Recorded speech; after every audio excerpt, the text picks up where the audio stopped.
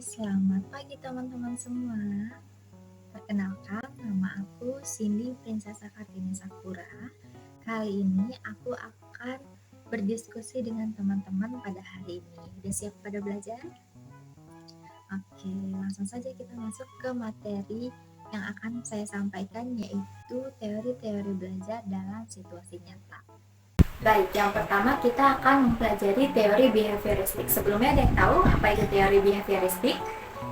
Oke, teori behavioristik menurut Gates dan juga Becker adalah teori pembelajaran yang mengamati perubahan tingkah laku seseorang akibat adanya interaksi antara stimulus dan juga respon. Misalnya, ketika saya sebagai seorang guru memberikan studi kasus kepada murid, secara tidak langsung guru tersebut telah memberikan stimulus. Kemudian siswa, kalian, teman-teman mulai mendengarkan dan juga berpikir. Itu merupakan bagian dari respon atas stimulus yang telah diberikan si guru tersebut. Baik, selanjutnya ada dua aspek penting dalam teori behavioristik. Yang pertama ada penguatan positif. Penguatan positif ini contohnya seperti ketika teman-teman mulai berani menjawab dan teman-teman misalnya hafal akan sesuatu, teman-teman pastinya akan mendapat pujian, reward, dan lain sebagainya. Yang kedua itu ada penguatan negatif. Penguatan negatif di sini artinya memberikan hukuman ringan gitu. Semisalnya temannya tadi ada yang ngejawab, tetapi kamu tidak mendengarkan jawaban dari teman kamu ini, maka sang guru akan memberi hukuman ringan, yaitu untuk siswa yang bercanda tadi mengulangi jawaban temannya. Seriusan deh, ini tuh ada ilmunya. Ada loh yang namanya behaviorisme. Gampangnya sih, itu soal stimulus, respons, sama hadiah. Bu guru atau Pak guru nanya, itu stimulusnya. Kalian angkat tangan, itu responsnya. Dapat stiker, itu hadiahnya. Nah, gitu deh caranya. Nah, kita sudah melihat contoh situasi nyata pembelajaran di dalam kelas. Jadi kita bisa lihat ya, situasi tersebut adalah guru memberikan poin atau reward kepada siswa yang telah mengerjakan tugas dengan benar. Lalu stimulusnya itu guru memberikan soal. Lalu responnya siswa sudah mulai mengerjakan tugas yang diberikan sang guru. Terus penguatannya itu ada di poin reward. Terus hasilnya itu siswa lebih termotivasi untuk mengerjakan soal-soal. Nah, jadi kelebihan dari behavioristik itu adalah yang pertama mudah diterapkan dan dapat diukur hasilnya. Yang kedua membantu mengukur disiplin. Selain itu ada pun kekurangannya. Kekurangannya pasti yang pertama teman-teman atau anak-anak akan ketergantungan nih atas reward eksternal maupun internal. Karena sistemnya akan ada reward, mungkin nanti dari teman-teman akan menjadi motivasi belajarnya menjadi ketergantungan atas reward tersebut. Dan yang kedua tidak mempertimbangkan proses berpikir internal.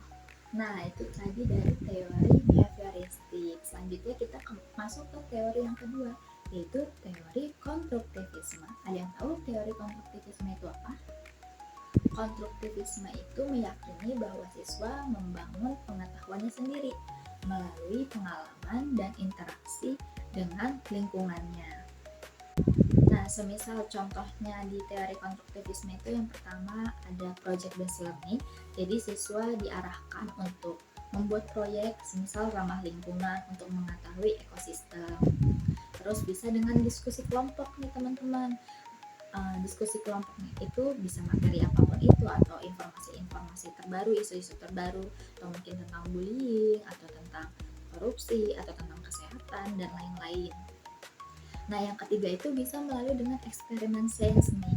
Nah, biasanya diimplikasikan di mata pelajaran biologi, fisika atau kimia yang relate dengan kehidupan sehari-hari kita. Kalau pelajaran buat kamu tuh rasanya kayak teka-teki, break time in 0.5. Berarti kamu itu konstruktivis. Konstruktivis tuh artinya, kamu tuh belajarnya paling mantap kalau sambil ngerjain langsung. Bukan cuma dengerin aja.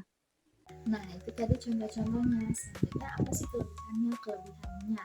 Pertama, teman-teman lebih jauh kreatif. Teman-teman akan mencari tahu dulu teman-teman akan cari tahu terlebih dahulu informasi-informasinya, terus ide-idenya, lalu teman-teman kembangkan dan lain sebagainya. Itu menjadi inovasi, bisa menjadi inovasi buat teman-teman.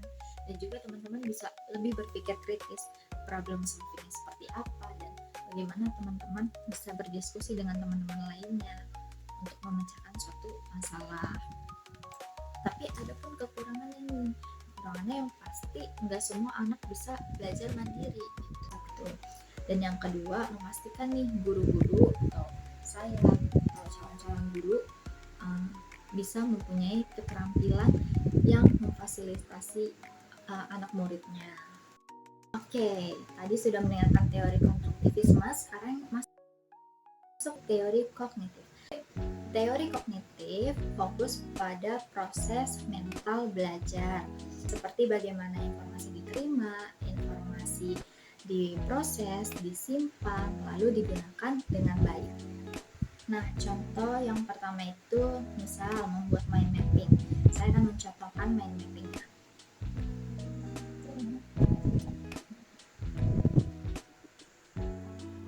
Nah, ini contoh dari mind mapping yang sudah saya buat di sini. Saya membuat mind mapping yaitu langkah-langkah untuk mencapai cita-cita. Di sini saya ada 4 poin.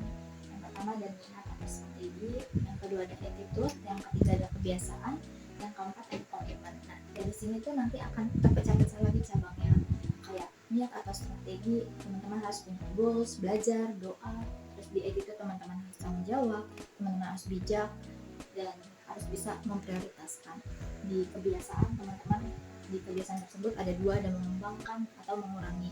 Mengembangkan di sini teman-teman bisa mengembangkan skill atau motivasi atau inovasi. Lalu untuk menguranginya bisa mengurangi kebiasaan-kebiasaan buruk teman-teman atau kemalasan, itu bisa dihindari. Terus di komitmen teman-teman bisa konsisten sama fokus apa yang teman-teman capai. Nah, dengan adanya mind mapping ini teman-teman jadi lebih paham nih bentukannya seperti apa dan teman-teman memahaminya secara keseluruhan. Atau contoh lainnya teman-teman itu analogi dan metafora bisa dilakukan dengan menjelaskan atom seperti tata surya mini, dan bisa juga melalui elaborasi. Elaborasi ini artinya menjelaskan kembali materi dengan kata-kata dari teman-teman sendiri. Kognitivisme itu ngelihat belajar sebagai proses aktif di otak kita. Jadi, waktu kamu lagi di lab science terus ngeliatin tanaman pakai mikroskop, otak kamu nggak cuma nerima info aja, tapi juga nyambungin ide-ide, nyari tahu fakta baru, bahkan nanya-nanya sendiri. Kayak detektif gitu. Otak kamu selalu nyari jawaban gimana sih sesuatu itu bisa terjadi. Makanya pas kamu campur-campur bahan kimia atau lihat biji tumbuh, kamu nggak cuma ngikutin langkah-langkah, tapi juga lagi bangun pemahaman sendiri. Inilah kenapa lab science jadi seru banget kalau pakai cara kognitivisme. Nah, kita sudah melihat contoh penayangan video yang tadi. Contoh lainnya itu, misalnya saya menjadi guru matematika, saya akan menganalogikan pecahan dengan pizza yang terpotong. Atau bisa juga melalui lagu, mungkin melalui lagu teman-teman bisa lebih cepat nangkep, lebih cepat ngerti gitu. Dari materinya, dari konsepnya, atau dari rumus-rumusnya dijadiin lagu. Yang ketiga dari gurunya nih, misal memberikan soal dari yang termudah dulu hingga bertahap ke yang sulit, seperti itu. Sampai sini ada yang mau ditanyain? Ada. Oke. Kita masuk ke kekurangan dan kelebihannya dari teori belajar kognitif. Kelebihan yang pertama dari teori kognitif itu mempertimbangkan cara kerja otak dalam belajar. Dan yang kedua itu, pembelajaran disesuaikan dalam tahap pengembangan. Lalu ada pun kekurangan yang pertama yaitu sulit mengukur proses mental secara langsung. Kekurangan yang kedua yaitu tidak semua konsep abstrak itu mudah dipahami. Oke, sebelumnya ada yang mau ditanya terlebih dahulu? Baik, kalau tidak ada, saya masuk ke kesimpulan bahwa ketiga teori ini dari behavioristik, konstruktivisme, dan juga kognitif sebenarnya tidak bertentangan teman-teman, tetapi saling melengkapi satu sama lain. Nah, guru yang efektif biasanya mengkombinasikan ketiga teori tersebut dengan melihat yang Yang pertama itu ada karakteristik siswa, itu bisa dilihat dari usia, dari kemampuan, dan juga minatnya.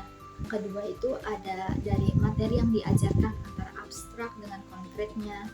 Yang ketiga itu ada tujuan pembelajaran, dilihat dari hafalannya kah, pemahamannya, ataupun dari keterampilannya.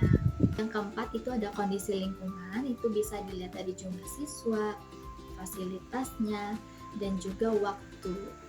Nah, jadi di sini siapa teman-teman yang mau cita-citanya jadi guru? Oke. Nah, untuk teman-teman yang bercita-cita menjadi seorang guru, saya berpesan dari 3 teori yang sudah saya jelaskan tadi, itu tidak ada satupun teori yang paling benar.